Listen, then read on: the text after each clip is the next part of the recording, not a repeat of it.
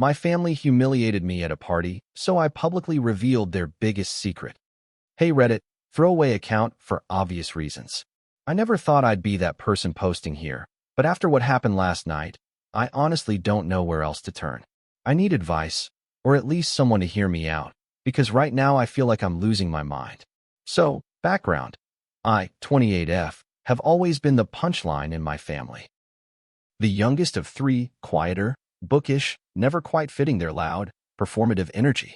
My parents, Mom, Linda, and Dad, Greg, are the kind of people who treat family as an audience, every get-together a stage for some running joke or lighthearted roast. My brother, Alex, 31M, and sister, Jess, 34F, follow suit, usually at my expense. It started as little things when I was a kid, mimicking how I read aloud, making fun of my braces, exaggerating my clumsiness for laughs. I always laughed along.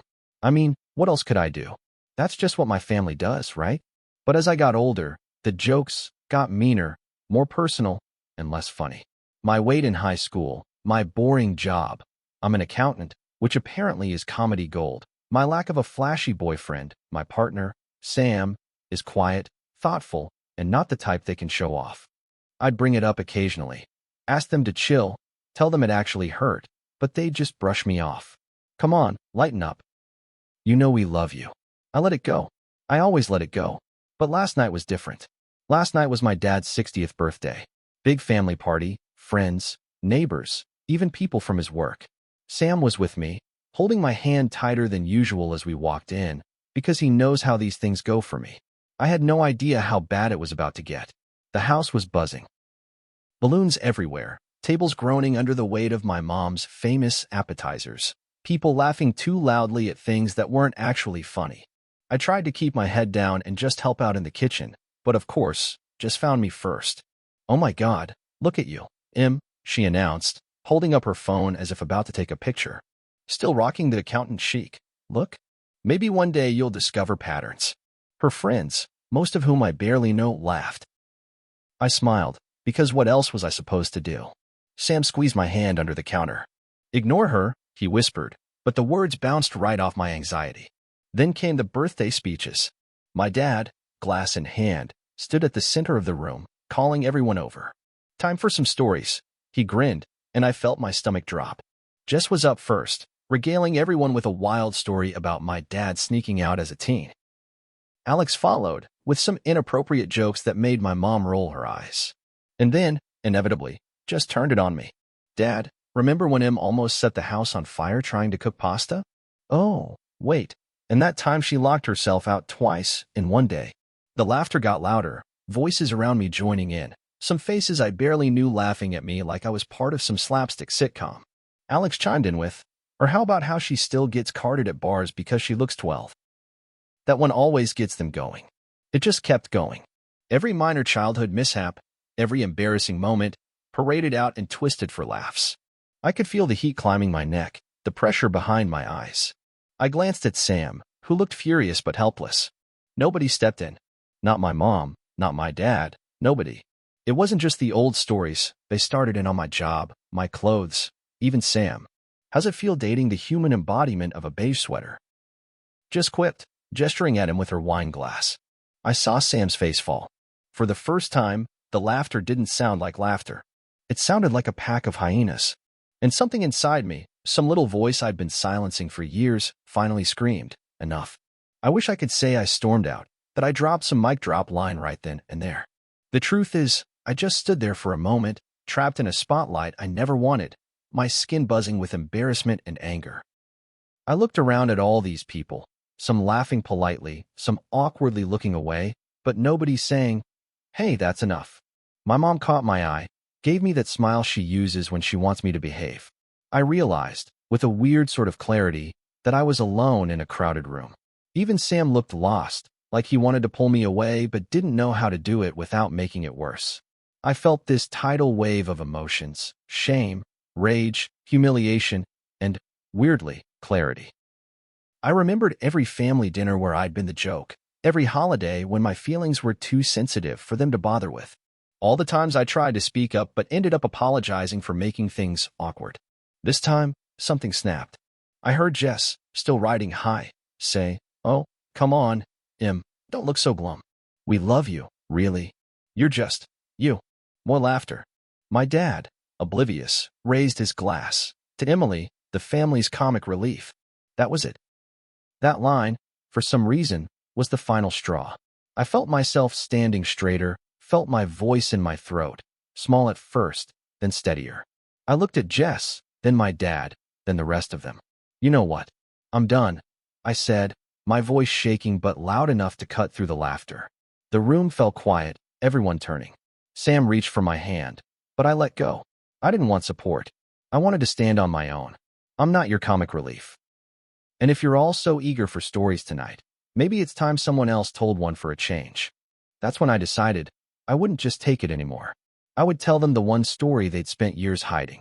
If my humiliation was entertainment, maybe they'd like a little truth for dessert. I could feel the shock ripple through the room. It was like I'd dropped a glass and everyone was waiting to see how many pieces it would shatter into. My mom's face froze in that tight, fake smile, her eyes pleading. My dad set his drink down. Jess actually rolled her eyes, like I was just being dramatic again. But nobody interrupted. I took a breath, and for the first time all night, I felt powerful. You know, it's funny how we all have stories. But it's even funnier how some stories never get told. Like how every year, we all pretend Dad is the perfect family man. My dad flinched, but didn't say a word. I kept going, voice trembling but steady. Or how Mom's always telling everyone about her happy marriage. Or how Alex and Jess are always so quick to tear other people down. But we never talk about why Jess moved back home for that whole year and told everyone she was just between jobs. My mom shook her head, lips pressed together, but I didn't stop. You all want to laugh about my mistakes, but how about the secret you all forced me to keep when I was 15? How about the night Dad's work meeting turned out to be dinner with someone else's mom? How you made me promise not to tell anyone because it would tear the family apart? The room had gone dead silent. Even the clink of ice in glasses stopped. People stared, eyes darting between my parents and me, trying to process what I was saying. Sam looked at me with this mix of fear and awe. Or how Mom found out, and instead of dealing with it, she made me swear it was my imagination, so Dad wouldn't get in trouble. So, yeah, maybe I set the pasta on fire, but at least I'm not burning down my own family.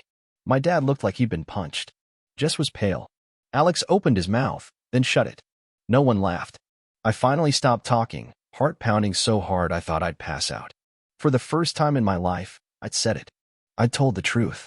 For a moment, no one moved. The silence was sharp, broken only by the whir of the fridge and someone's awkward cough near the back. My mom stared at me like she didn't recognize me. My dad, usually the center of every room, just stared at the floor, his hand trembling on his glass. Jess had tears in her eyes, but whether it was from shame, anger, or shock, I couldn't tell. Alex shifted from foot to foot, refusing to look up. I braced myself for yelling, denial, maybe even someone storming out.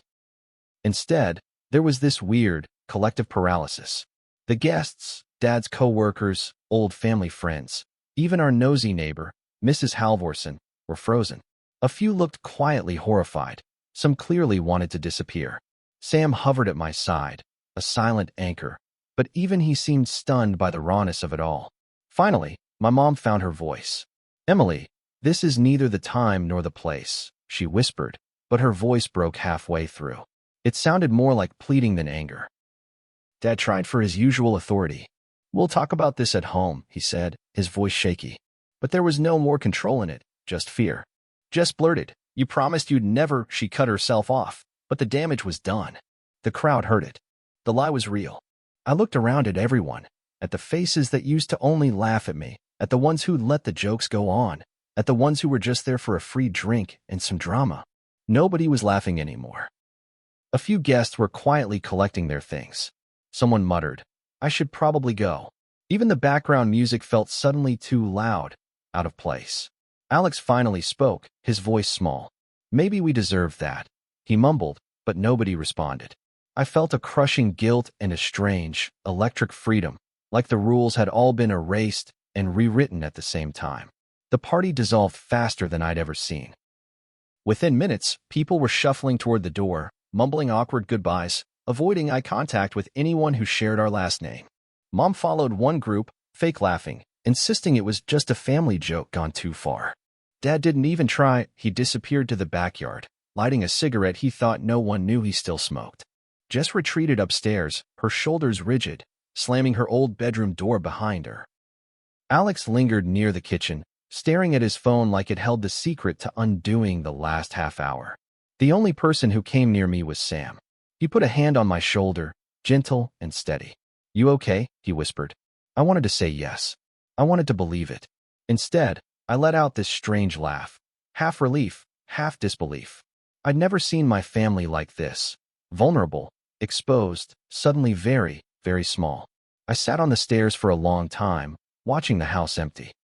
Every so often, I'd hear Mom's voice, brittle and desperate, trying to explain things away to the last few guests. You know how Emily is. Always a bit sensitive. She didn't mean it, really. But I had meant it. For the first time in my life, I meant every word. Eventually, Mom found me on the stairs, her face blotchy, mascara smudged. "Why would you do this to us?" she whispered, kneeling down so we were eye level. "You know what this will do to our family. To your father. To your siblings." She tried to grab my hands, but I pulled them away. "I didn't do this," I said, my voice calmer than I felt. "You did. All of you. You made me keep your secrets and be your scapegoat. I'm done." She stared at me, stunned. There was no apology, just more of that tired, wounded silence. Later, Sam drove me home. We barely spoke. In the silence, I felt the ache of everything I'd broken and the relief of everything I'd finally set down. I barely slept that night. Every time I closed my eyes, I replayed the whole scene, the laughter, the heat in my face, the dead hush after I spoke. I kept second-guessing everything. Had I gone too far? Was there another way? My phone was buzzing all night with texts and missed calls, from Jess, from Mom, from numbers I didn't recognize, neighbors, family friends. I ignored them all, letting the notifications pile up like snow I couldn't shovel fast enough. Sam stayed up with me, making tea and just sitting close, sometimes holding my hand, sometimes giving me space. He didn't say much, but the fact that he was still there meant everything. Jess's texts came first, long, angry paragraphs, then shorter, panicked ones. "I can't believe you told them. How could you do this to Mom? You promised. I hate you." I stared at the screen for a long time, feeling the weight of old promises I never should have made. Mom's messages were less angry, more manipulative. "We need to talk, Emily. You have no idea what you've done. Please, don't make this worse." Even Alex messaged, just 3 words. "Are you okay?" It struck me then how different that was. He'd never asked me that before. But I couldn't answer anyone. Not yet. I needed time to sit with what I'd done, to figure out if I felt heroic or horrible. It was both, if I'm honest. The guilt gnawed at me. I kept seeing my mom's face, my dad shaking hands, Jess's silent tears. But underneath it all, for the first time in my life, I didn't feel small. I felt real. Like maybe this was the first honest thing I'd ever done. Sam finally said, "You don't have to talk to anyone until you're ready." And I realized I could actually make that choice now. The next morning, I woke up to a group text from Mom, Jess, Alex, and me. Our old family chat that mostly existed for planning holidays and sending memes. Now it was a battlefield. Mom started, "Family meeting. Tonight. No excuses. We have to fix this." Jess chimed in immediately. "There's nothing to fix except the mess Emily made." Alex, surprisingly, pushed back. "Stop blaming her. We all played a part." I stared at the thread, feeling a mix of dread and reluctant pride in Alex.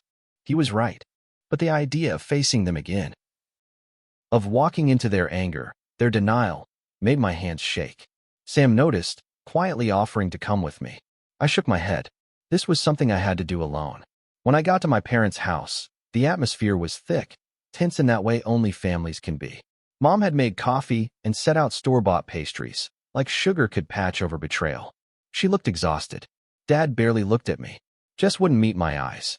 We sat in silence until Mom snapped. "I don't understand how you could do that, Emily." In front of everyone. I took a deep breath. "You humiliated me in front of everyone. For years. I kept your secret because you asked me to. But nobody ever protected me." Jess glared at me, arms crossed. "It wasn't your secret to tell." Alex, for once, spoke up. Maybe if we hadn't treated her like crap, she wouldn't have had to. Dad finally spoke, voice rough. We all made mistakes. But this was cruel. I stared at him, realizing he still didn't get it. Cruel? What about making your daughter the family punchline for decades? What about asking a child to keep your affair secret, Dad? For the first time, Mom looked at him, really looked at him, not with anger, but with this weary kind of hurt. Jess started to cry, silent and angry. Alex just looked down. That was when I realized something had shifted. The truth was finally out, and they couldn't pretend anymore. Maybe they never would have chosen honesty, but now they had to live with it. The family meeting ended not with hugs or closure, but with a raw, uncomfortable silence that somehow felt more honest than all our Christmases combined. Mom tried once more to smooth it over. We'll get through this. We always do. But even she sounded unconvinced. Dad went upstairs without another word. Jess just left, slamming the door so hard it rattled the windows. Only Alex lingered. He stood awkwardly in the hallway as I gathered my things. He started, voice softer than I'd ever heard. I'm sorry. For all of it. I knew we were rough on you, but I didn't realize. I just went along, you know. I nodded, swallowing a strange lump in my throat. Thanks for saying that. It means more than you think. He nodded back, shoving his hands in his pockets. I'll try to do better. I really will. For the first time, I almost believed him. Walking out of that house, I expected to feel empty, but what I actually felt was lighter, a strange, shaky freedom. It was as if I'd finally set down a suitcase I'd been hauling my whole life. But with the relief came regret too. Regret for breaking things that could never be fixed, for the pain in my mom's eyes, for forcing my family to see themselves the way I'd always seen them. That night, Sam and I sat together on the couch, not saying much, just holding hands and watching the city lights flicker outside. I told him everything, every ugly feeling and secret doubt. He listened. He didn't try to fix it, just let me be angry, relieved, and sad all at once.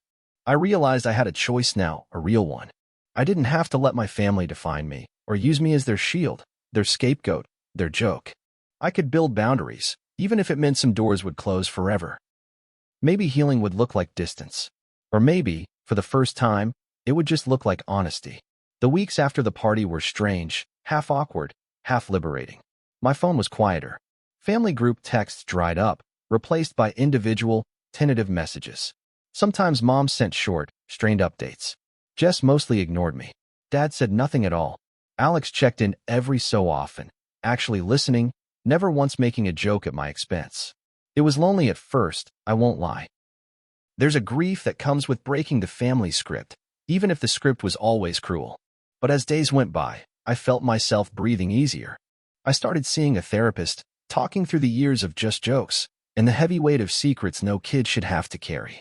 Sam was a rock, steady, gentle, never once asking me to apologize for telling the truth. I drew new boundaries. I told my family I'd only see them if the teasing stopped.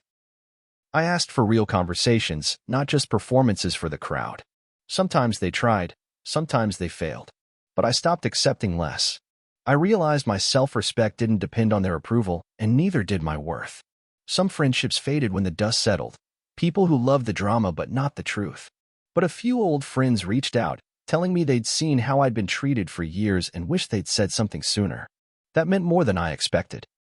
Looking back, I don't regret what I did, even though I still carry the scars.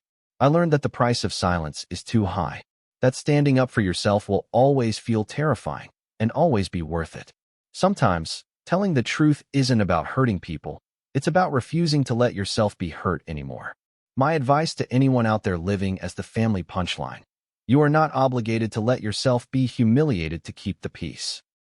Secrets thrive in shame and silence, but your truth matters, even if it costs you comfort, even if it shakes everything apart. Set your boundaries. Speak up, even if your voice trembles. You are allowed to demand respect. You are allowed to walk away. You are allowed to heal. Thanks for reading, Reddit. If you're here, feeling like I did, alone, small, tired of laughing along, I see you. And I promise, you can change the story.